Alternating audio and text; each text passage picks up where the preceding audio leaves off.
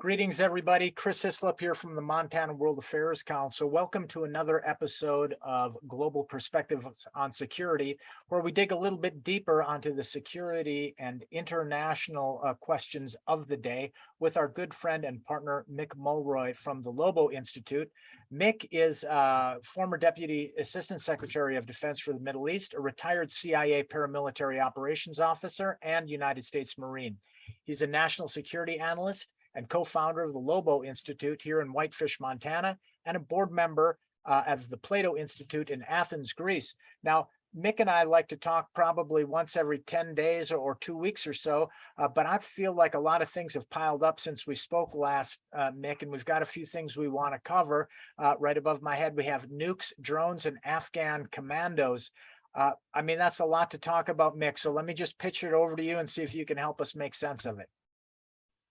Yeah, Chris, great to be with you again. Certainly there is a lot happening. I think we're seeing a confluence of a lot of the usual suspects, the autocrats of the world, now supporting Russia in its unlawful war against Ukraine. And that includes now, in addition to the Shahed drones that's been in the news so much, it looks like, and I don't know this, but it's certainly now widely reported, that the Afghan Commandos, which are the special operations forces that the US trained in Afghanistan, fled to Iran because we, quite frankly, didn't get them out.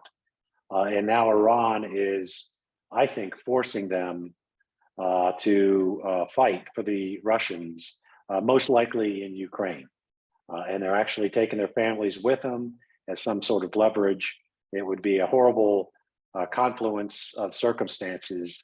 But these are very good fighters, but I do not think they would be willfully fighting on the side of the Russians. But I don't think willful is what we're looking at here. Mick, what kind of impact does these incoming arms shipments, particularly drones, but also talking about other fighters, Afghan commandos, Chechens, and otherwise, what impact does that have on the situation inside Ukraine? So separating them, the Shahed drones, and obviously anything that can help the Russians take out the infrastructure of Ukraine is having a significant impact on Ukrainians. We've seen up to 50 to 60% of their energy supply be destroyed, and they have to rebuild it. And obviously winter is coming, just like it is here, as you can see right behind me. And they're gonna need power, just like you'd expect. So that is having an effect. However, I'd point out, you don't win a war by aerial bombardment of power stations. You terrorize civilians, and that's what they intend to do. But I don't see it shifting the actual war. There's going to be a stalemate for some time. The counteroffensive, although it has been successful, is now becoming very static. But that's one thing. The commandos, yes, they're excellent soldiers, probably better than the Russians, quite frankly. They fought alongside US troops, myself included, for 20 years, and they know how to fight. That said, I don't think they want to fight, just like most of the Russian soldiers. So the morale issue is going to be substantial. And I think the Ukrainians are going to set up what we call a capitulation program, which means they're going to come up with a way for not only the commandos, but the random Russian that was yanked off the street, given a rifle and sent to fight, will have a way to surrender. And I think that's very important because it's going to make this entire call up by President Putin likely not near as significant as he would have expected. And Mick, once again, there's some saber rattling on the use of nuclear weapons. Not necessarily talking about the dirty bomb, but once again, Russia is intimating the potential use of tactical nuclear weapons.